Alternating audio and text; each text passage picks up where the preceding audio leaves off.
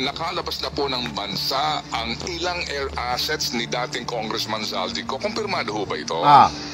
Totoo po yan, meron ng 3 air asset na nakalabas. At eto na nga mga kababayan, mga personalidad na sangkot sa flood control anomaly, pinakakasuhan na ng ICI. Nako po. These persons have possibly committed these following violations: direct or indirect bribery. Mga investors umatras dahil sa talamak na korupsyon sa Pilipinas. Sa gitna ng mga isyu ng korupsyon at maanomalyang flood control projects, marami ng investor ang nagdesisyong umatras sa Pilipinas. Marami na nag-pull out. Actually, kasi nga kumababa ang business confidence at saka, corruption scares away investors. Bakit? Mga politikong korap, umaastang Diyos gamit ang kapangyarihan at ang yaman ng taong bayan. Mga constituents natin nagla-line up ng matagal sa mga offices ng politiko. And ang nangyari kasi yung politiko nagiging parang Diyos siya. Yun. Kung sino bibigyan o hindi bibigyan at magkano bibigay. Yan. Mga negosyante posibleng mag-alsa dahil sa kawalan ng solusyon sa korupsyon sa Pilipinas. Disappointed ang liderato ng Philippine Chamber of Commerce and Industry matapos makuha ng Thailand, Malaysia at Cambodia ang mga malalaking tariff deal mula sa Estados Unidos. Pag-uusapan po natin yan mga kababayan, maya-maya lamang. Yan ang Banateros, boses ng ordinaryong Pilipino. Banateros ay walang makakaawan. Para lagi kang updated. Ako nga pala si Bidaya ng mga oposisyon sa kasalukuyan mo. At sabi nga, galit na galit ang mga lapungan ng Pangulong Duterte. Kung hindi ka pa nakakapag-subscribe, i-subscribe mo na yan! At syempre magandang araw mga Banateros at sa mga kababayan natin na Filipino sa iba't ibang sulok ng mundo. Magandang araw po sa inyong lahat. At ako nga pala si Master Judea. Tayo po ay nagbabalik para pag-usapan ng mahalagang balita na nangyayari sa ating bansa. Yun, no? Pero kumusta muna kayo mga kababayan at syempre huwag kakalimutan mag-subscribe sa ating channel. Huwag din kakalimutan na mag-like, mag-comment at mag-share dito sa ating mga video na ina-upload. At salamat nga pala at welcome dito sa ating mga bagong subscribers. Palakpakan natin yan mga yan. At syempre pa mga kababayan, mag-umpisa na po tayo. Huwag na tayong magpatumpik-tumpik pa. Tuloy-tuloy po ang circus dito sa Pilipinas. Inirekomenda na po ng ICI na kasuhan po ang ilang personalidad ang naaayon daw sa testimonya ng mga testigo. Ay, nako po, sino kaya mga testigo? Sino-sinong testigo? Ano-ano ba nga pinagsasabi nila? Yan kasi ang problema dahil sinikreto nyo ang investigasyon. Nawalan tuloy ng tiwala ngayon ang taong bayan. Di ba? Kaya pala po, nagdesisyon na po sila na isa publiko ang investigasyon ng ICI dahil mayroon na po silang desisyon. Diba? So, yun po ang problema natin. Mayroon na po silang desisyon kung sino ang kakasuhan nila. At ang madalas kong makitang comments ngayon ng mga netizens at ating mga kababayan sa social media, bakit daw wala si Martin Romualdez? Nako po, wala yung mga pinangalanan ng mga congressman. Ito lang ang nasa listahan. 2025, we are already 44 days old. We will be submitting our interim report and recommendation to the Office of the Ombudsman on the alleged involvement of several incumbent and former members of the House of Representatives and the Senate in obtaining bribes or unwarranted monetary benefits from flood control project contractors. We recommended the filing of criminal and administrative charges against the following persons. Nako, yan na. 1. Former Undersecretary Roberto Bernardo. Nako. Number 2, Senator Joel Jose Villanueva. Patay tayo dyan. Number 3, Senator Jose Jinggoy Estrada Ejercito Jr. Nangyari na. Number 4, former Congressman Elizalde Saldico. Yun na. Number 5, COA Commissioner Mario Lipana. Nako po. Number 6, former Congresswoman Mary Mitch Kahayon Uy. Nako po. These persons have possibly committed these following violations: direct or indirect bribery.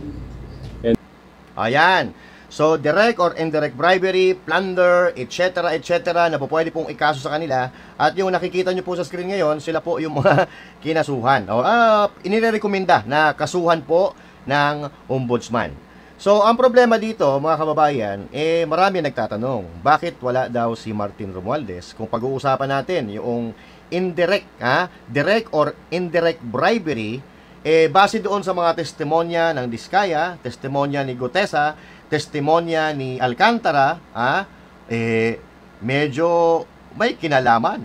At ang tinuturong mastermind dito, si Martin Romualdez at si Saldico. Pero ang tanong ng taong bayan, nakikita natin, nagkalat sa social media, kahit sa ang platform, bakit wala si Romualdez?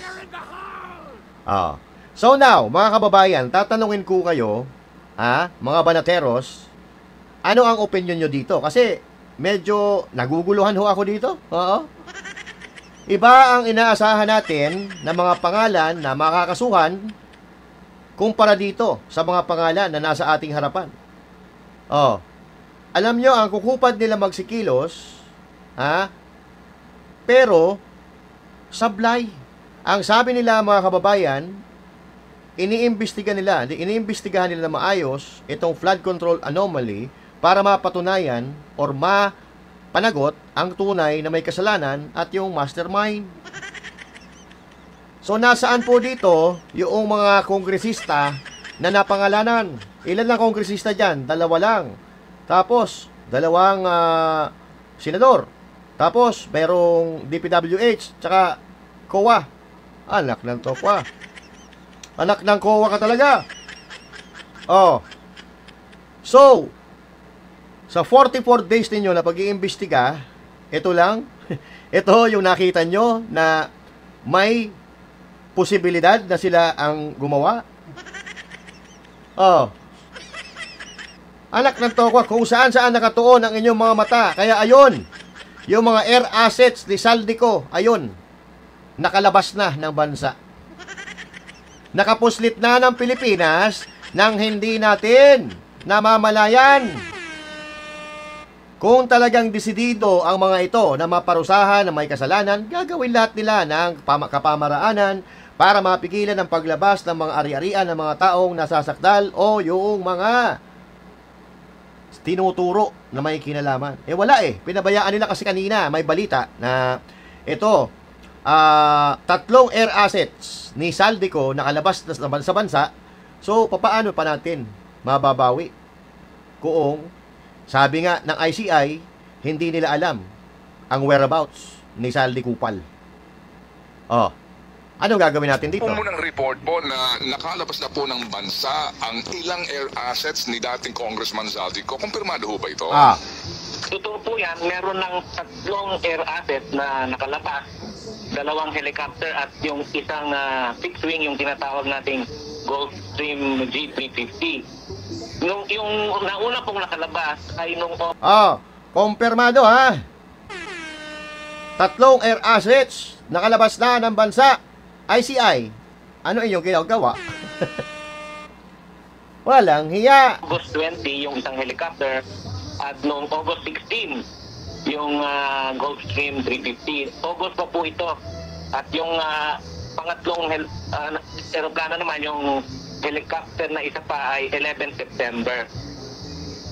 Go ahead, sir. 2 helicopter ay yung Agosta 1398 na sinabi kanina ay tumungo sa Kota Kinabalu. Yung Gulfstream 350 naman ay tumungo sa Singapore. Nako po. So, yung pong nakabiyahe ng Singapore, ito pong jet na Gulfstream, habang yung helicopters po, dito po lamang sa Malaysia. Tama po yun, sir. Ayan ang problema natin. So bakit nakalabas, 'di ba? Yan ang problema natin eh. Bakit nakalabas or bakit pinalabas? Tatlong air assets ni Saldico nakalabas na ng bansa ayon sa CAAP at yun po, kumpirmado. Taga CAAP mismo po yung kausap ni Ted Filon. So bakit ganun? Imbis na sana hinihigpitan na makalabas or mailabas ang yaman ng mga kawatan, bakit ninyo pinabayaan? So parang feeling ng tao tuloy, wala kayong balak na panagutin kung sino talaga ang may kasalanan at ibaling na lang doon sa mga politikong kalaban ninyo ang sisi para ang kasalanan nyo ay mapagtakpan. Wala tayong problema kung makulong yan si Villanueva, si Estrada, kung may kasalanan talaga sila. Walang problema. Pero ang tanong, bakit sila ang nauna? Yung itinuturong mastermind, bakit wala? Bakit? Kasi itong mga pakakasuhan nyo, maingay sila sa Senado. Sila yung mga agresibo sa hearing. Sila yung mga nagsasalita at naging dahilan ng muntik na nyong pagkakabuking or ng mga masterminded So sa tanong na bakit wala si Martin Romualdez sa mga pinakakasuhan, may sagot na po dyan ang ombudsman. Pero bago po natin puntahan, uulitin ko po, sino nga po ang itinuturong mastermind base sa development ng mga issue sa flood control anomaly, base na rin po sa lumabas sa mga bibig ng mga testigo, at base na rin po sa mga ebidensya na nakakalap ng publiko.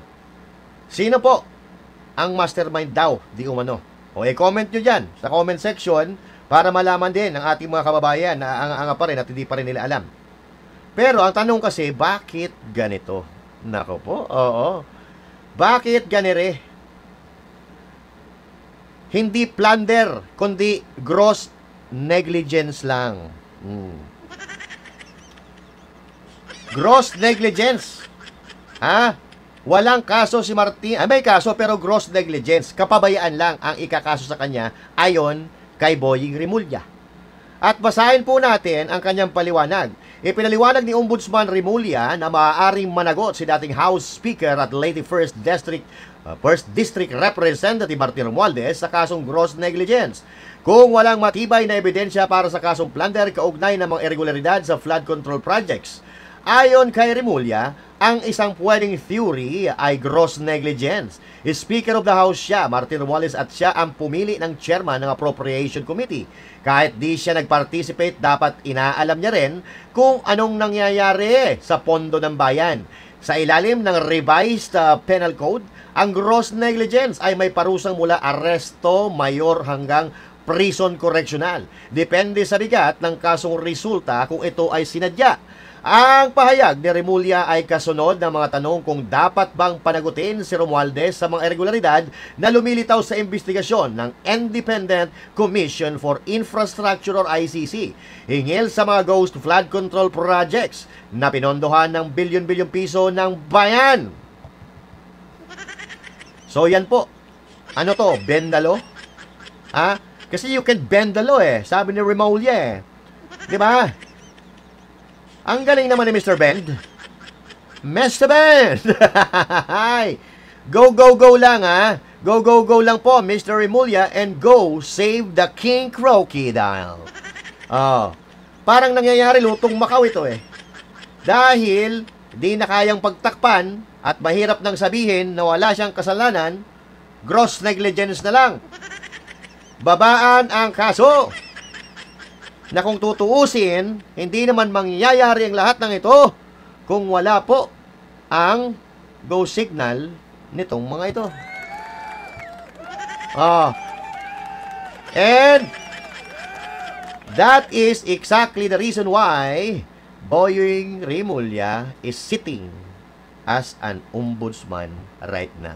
English yun Ilulusot talaga nila o makakalusot. At ang galing ng pagkakalatag ng mga script nila pero hindi convincing. Wala na. Wala mangyayari sa bansa kung ganito Maghihintay na lang tayo ng mga kung ano yung kakahantungan nito. At ito pa maliban kay Martin Romualdez, bakit kaya hindi kasama si Cheese Escudero na pinag-iinitan din nila? Hindi kaya wala talaga silang makitang dahilan para isama or kasuhan nila si Cheese Escudero? Yan tayo eh. So wala kayong pruweba na si Cheese Escudero ay corrupt dahil donation. Donation. Ano kasalanan ni Cheese doon kung may nag-donate sa kanya? Di ba? Yan tayo eh. Bakit hindi kasama si Cheese Escudero? Kasi naglabas ng salin. Ito. 19 na senador na ang nagsapubliko ng kani-kanilang Statement of Assets, Liabilities and Net Worth o SALN, kung saan nakadeklara ang kani-kanilang yaman, ari-arian, pati na business interests. Simula October 14, niluwagan ng Ombudsman ang access ng publiko sa dokumentong ito sa gitna ng flood control corruption scandal.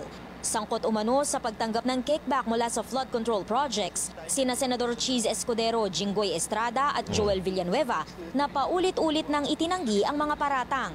Kanina, ibinahagi sa Senate media ang SALN ni Escudero.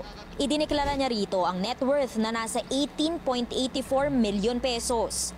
Kung ikukumpara sa idineklarang net worth ng ibang mga senador na naglabas na ng SALN, kay Escudero ang pinakamaliit. Hindi naman nalalayo ang net worth ni Deputy Majority Leader Risa Ontiveros. Ikatlong pinakamababa ang net worth ni Senador Kiko Pangilinan na nasa 26.7 milyon pesos.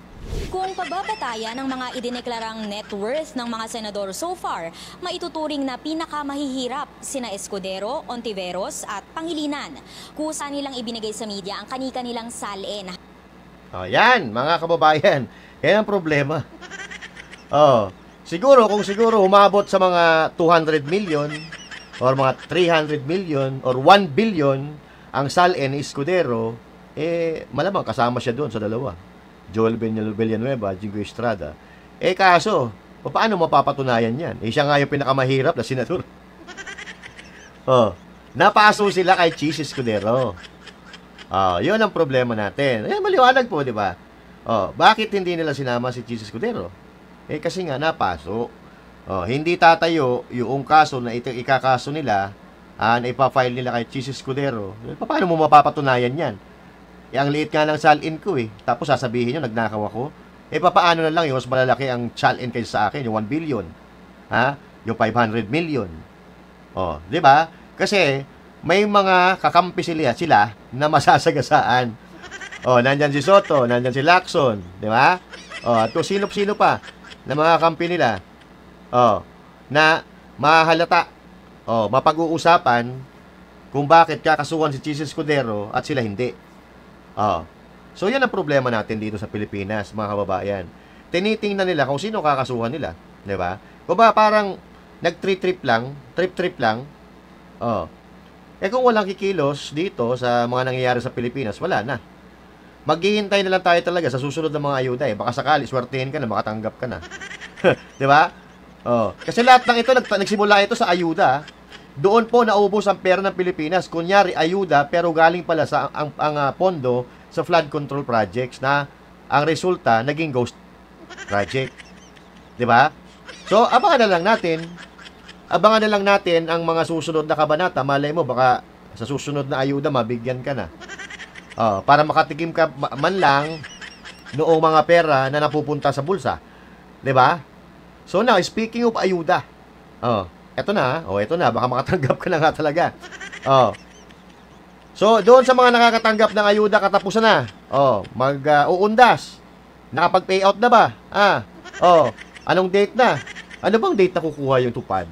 Saka yung AX. Yan, mga ano yan mga legal po yan na pagtulong sa tao. AX, tupad, yung mga nasa batas talaga. So ngayon, meron bang namimigay? Walang hiya. Mayroon bang namimigay ngayon ng mga buhayang politiko? Mukhang wala Walang hiya. Tapos na kasi eleksyon 'di ba? Tapos na eleksyon, nabuking na yung pagnanakaw nila 'di ba? Noon halos araw-araw may payakap si Kong. Akap.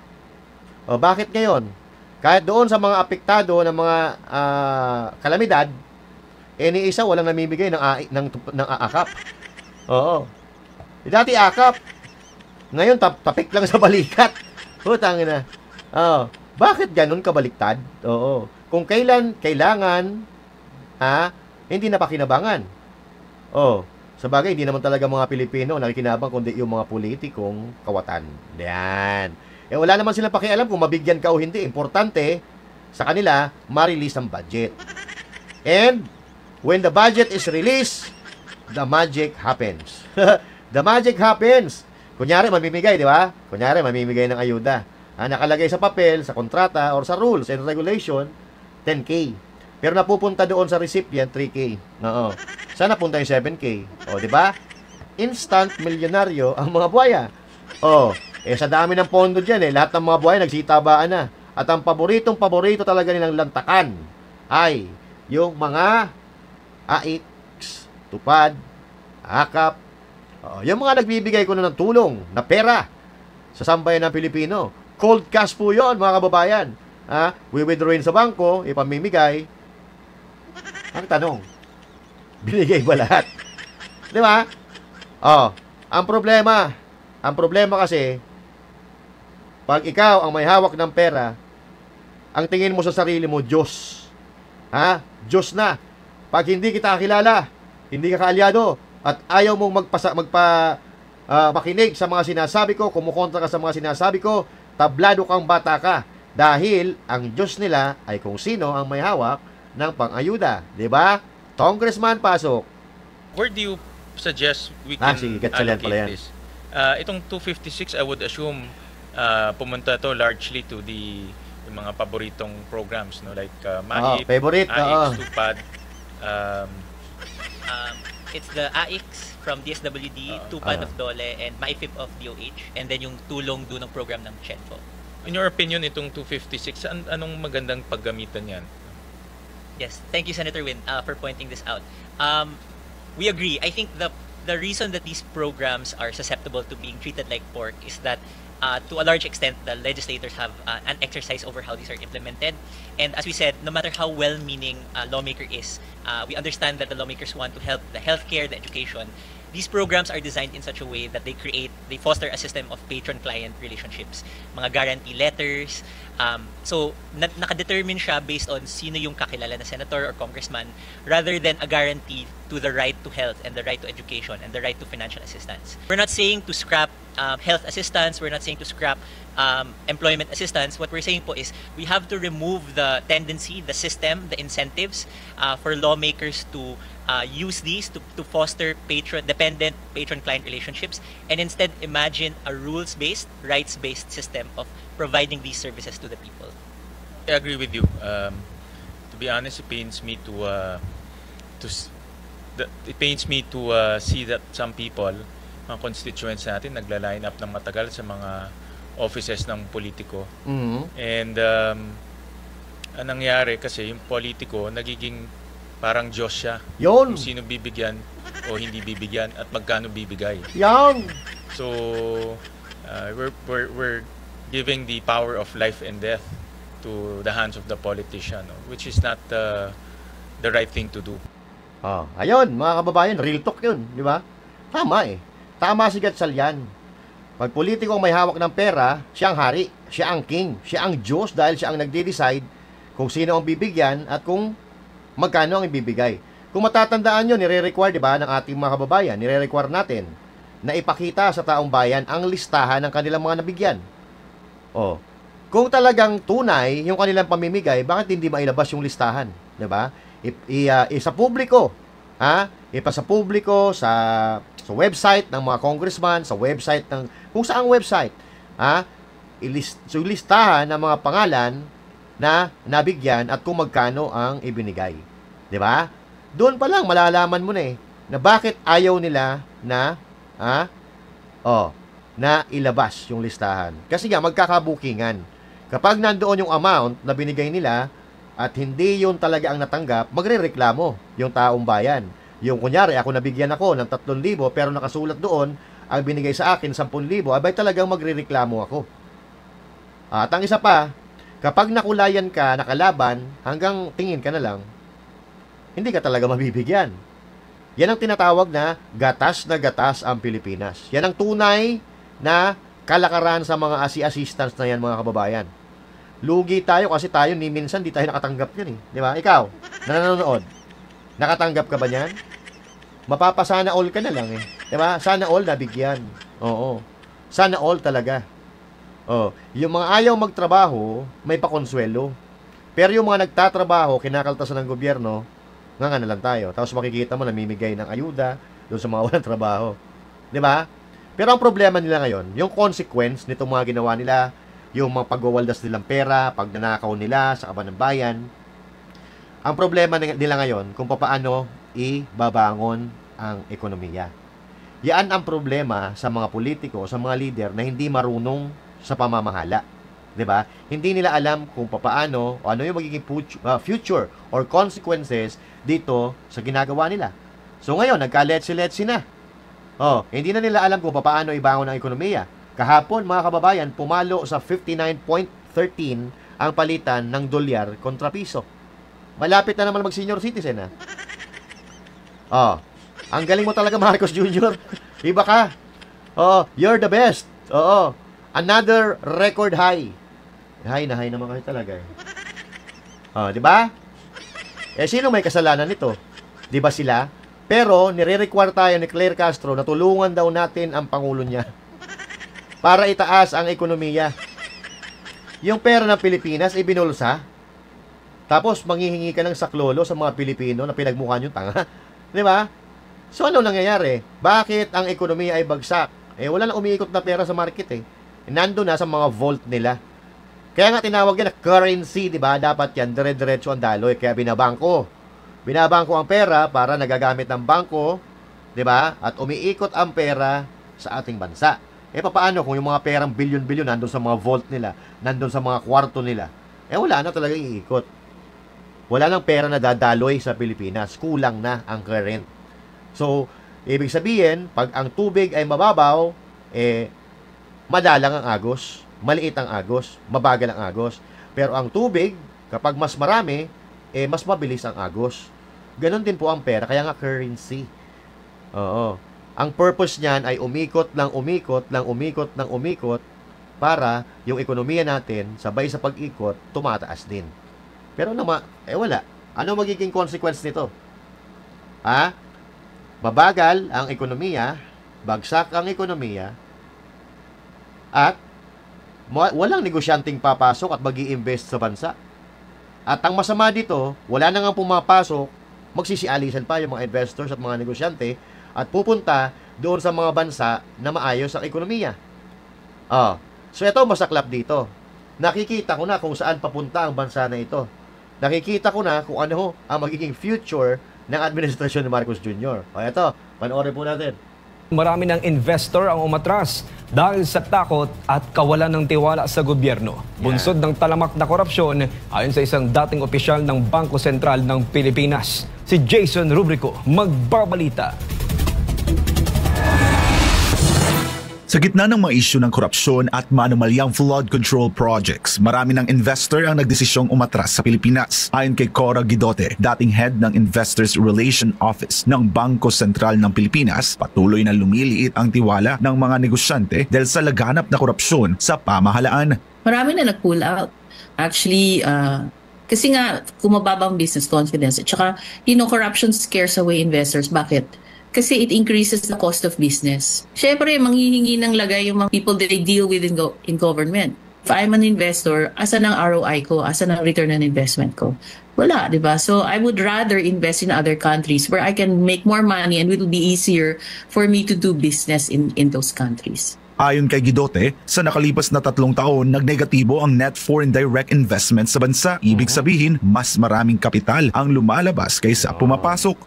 Pag walang masyadong nag-invest, wala rin masyadong trabaho. So pag walang trabaho yung mga tao, there's a higher incidence of poverty. Dagdag pa niya, hindi lang sa mga flood control project at Department of Public Works and Highways umiikot ang issue ng korupsyon, kundi laganap din aniya ito sa iba't ibang ahensya ng gobyerno. As long as those other departments are not being checked, then the plunder will continue. Because greed is already systemic in the system. Nang tanungin kung paano muling maibabalik ang tiwala ng mga investor, ito ang tugon ni Guidote. The government has to be accountable. And who has to be accountable? Those that approve the General Appropriations Act. So if they cannot address that, then you need a change in leadership. Yon! Change leadership. Oh, sino ang accountable? Dito, sa ano mga kababayan? Sa flood control project, sino accountable? Di ba, presidente? Yung mga pumipirma, syempre. Oo. Martin Romualdez, Saldico, Marcos Jr., sila pumipirma eh. Di ba? Tapos sasabihin nyo, gross negligence. Walang yan, pinaglolo ko. Kaya dapat, tama yung sinabi ni ma'am eh. Change leadership. Yun talaga eh. Yun talaga ang pinakamagandang solusyon para matapos ang korupsyon. Change leadership. Pero sa nakikita mo ito, yung tinuturong mastermind, gross negligence daw. Ang kaso. Mangyayari doon. Patuloy pa rin ang plunder. Sabi nga ni ma'am eh, patuloy hanggat walang nasasampulan. Plunder, dire-diretso. Kasi nasa sistema na eh. Di ba? Kung hindi nila kayang maging accountable themselves.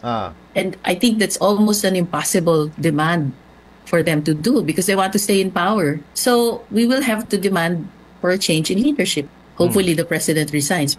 Naku, malabo yan, ma'am. Oo. Malabo yan. Baka imbis na resign ang gawin dyan, extend ang gustong gawin mangyari niyan eh. Di ba? Kasi syempre ayaw nila. Ayaw nila na makakasuhan sila. Kasi pag wala na sila sa kapangyarihan, doon na papasok ngayon. Ang mga kaso laban sa kanila. Pero wala sila magagawa. Pag gumawa ka ng kasalanan, kahit ituloy-tuloy mo pa yung kapangyarihan dyan, babagsak ka rin. Alam ng taong bayan, noon nga na wala pang internet, bumabagsak yung mga leader ng mga kawatan eh. Ngayon pala may internet na ang mga tao ay malayan nakakapagsalita. Kahit anong gawin ninyo, kahit gaanong gawing tago ninyo, sisingaw at sisingaw eh. Di ba? Yan ang problema natin. Di ba? Dismayado ang isang grupo ng mga negosyante. Yan ang problema natin. Di ba? So, yun ang problema natin na napakalaki, mga kababayan. Pag nag-alisan, doon pa nga lang sa wala nag-i-invest sa atin, problema na yun eh. Dagdagan pa natin yung nag-aalisan yung mga negosyante, lalong babagsak ang ekonomiya. Ang mangyayari nito, uutang na naman si Marcos Jr. at madadagdagan na naman ang utang ng bawat Pilipino na ngayon ay nasa 144,000 kada isang tao na hindi mo naman napakinabangan. Kawawa na naman si Juan, ginatasan ng mga kawatan. Yan. Sa tingin nyo, may babangon pa ni Marcos to? Di ba? Sa mga natitirang termino niya, malabo na po. Malabo pa yan sa sabaw ng pusit. Isusurvive na lang niya ang natitirang termino niya or else mag-extend sila. Ang tanong, may magpapautang pa ba sa Pilipinas na sikat na tayo sa buong mundo na yung gobyerno natin ay nananakawan? Wala nang magpapautang sa Pilipinas, di ba? Kaya dapat tayo magbantay dahil baka magbenta na naman yan ng mga assets ng Pilipinas. At baka magbenta na naman yan ng gold reserves ng Pilipinas dahil wala na nagpapautang. Dahil kulang na ang pondo, siyempre, magbenta ng ari-arian ng pamahalaan.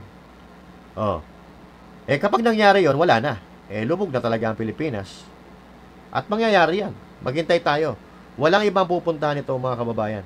Kahit masakit sa kalooban natin yung nangyayari sa bansa, wala akong magagawa. Pinamumunuan tayo ng mga yawa.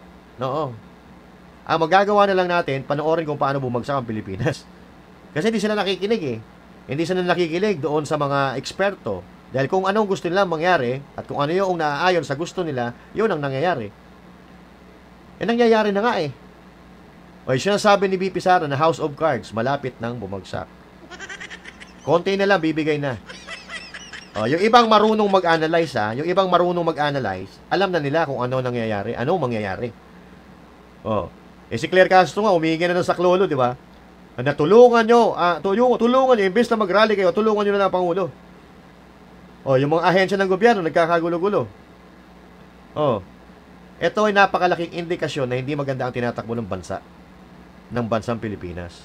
Yung mga negosyante nga, umaangal na. Ayan panoorin natin. Dismayado ang isang grupo ng mga negosyante matapos makakuha ng tariff deals kay US President Donald Trump ang ilang ASEAN neighbors pero wala para sa Pilipinas. Ang detalye sa agenda report ni Paulo Barcelon. Disappointed ang liderato ng Philippine Chamber of Commerce and Industry matapos makuha ng Thailand, Malaysia at Cambodia ang mga malalaking tariff deal mula sa Estados Unidos. Patay tayo dyan. Yung Pilipinas nga. Oo. Walang nagawa si Ngagba. Oo. Walang hiya. Pagkakataon mo na yan para makapag-usap, makiusap, ha? Napababain yung taripa. Pero walang nagawa. Kabilang dito ang kasunduan ng Malaysia sa rare earths at zero tariffs para sa ilang produkto ng Vietnam. Pero ang Pilipinas, no deal. Ayon kay PCCI Vice President for Trade Brian Ang, apektado deal or ang no mga deal? semiconductor exporter sa Pilipinas. Very depressed na sila. They were hoping na because over 50% of our exports are from semiconductors, no?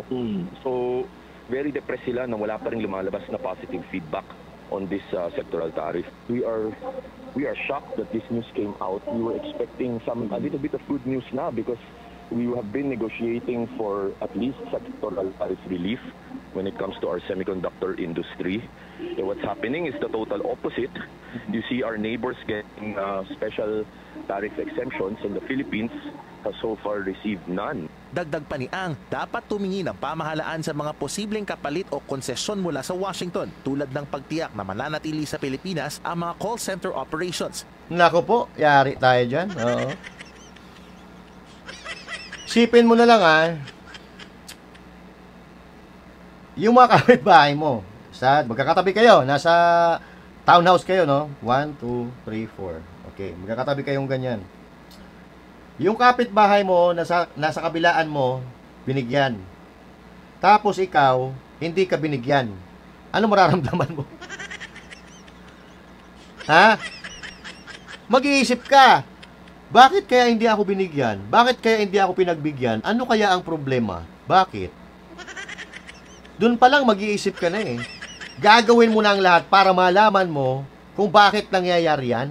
Kung bakit ganon ang inasta ng Amerika. Pero sa kanila wala eh. Balak pa nga ng Amerika ilabas or kunin, bawiin ang mga call center jobs sa Pilipinas. Kawawa na naman ng mga Pilipino. Dahil ang call center o ang BPO, ang BPO mga business process outsourcing or BPO, yan po ang nagbibigay ng napakalaking tax. Isa po yan sa mga bumubuhay sa bansa natin. Hindi lang sa bansa natin, kundi sa mga kababayan natin Pilipino dahil hindi hamak na mas malaki ang sweldo dyan kaysa doon sa mga pangkaraniwang trabaho. And I've been a call center for 10 years. So, 10 years of my life, I've been a call center agent. And I was once a supervisor.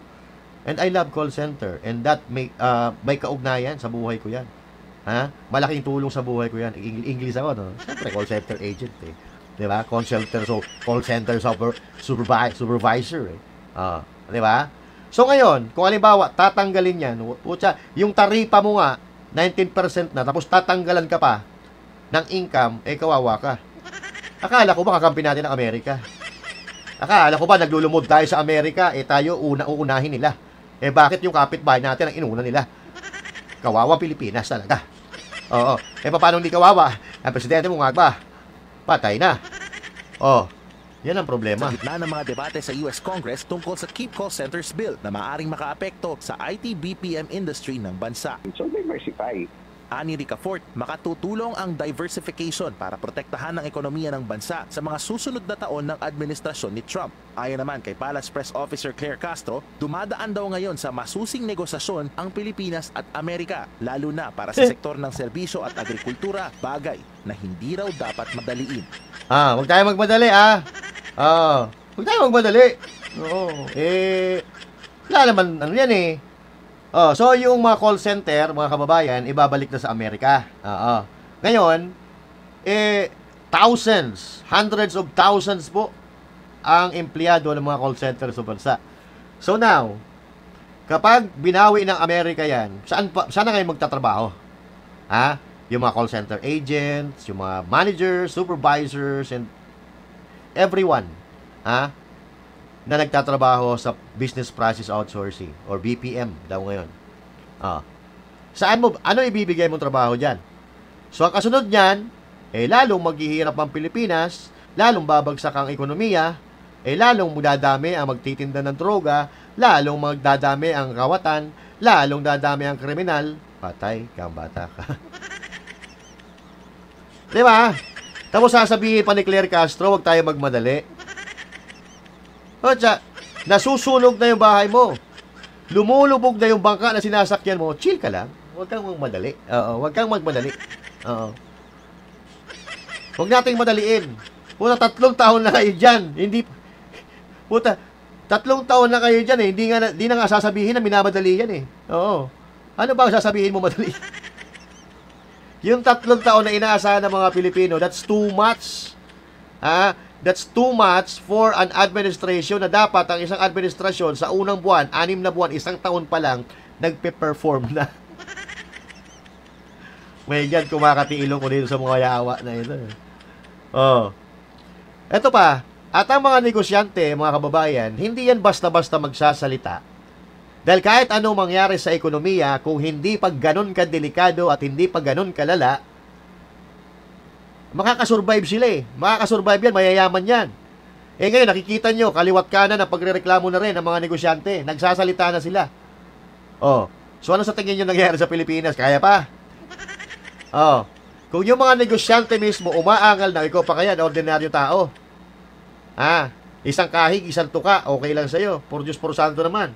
Kung hindi mo pa nakukuha ang mensahe ng nangyayari sa bansang ito, patawarin nawa tayo.